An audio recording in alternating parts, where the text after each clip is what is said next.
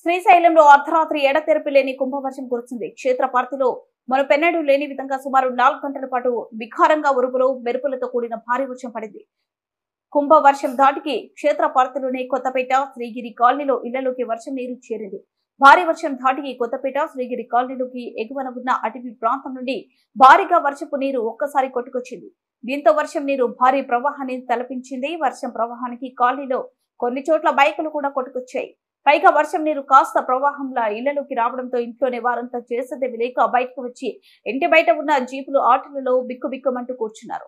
మరోపక్క Lalitambika shopping complex లో కూడా కేఎల్ బ్లాక్ల మధ్య నుండి వర్షపు నీటి ప్రవాహం భారీగా వచ్చింది. భారీ వర్షానికి క్షేత్రంలో పలు రోడ్లు జలమయమయ్యాయి. రాత్రి కురిసిన కుంభవృష్టి వర్షం ధాటికి శ్రీశైలం గ్రామ ప్రజలు ఒక్కసారిగా బెంబెలెత్తిపోయారు.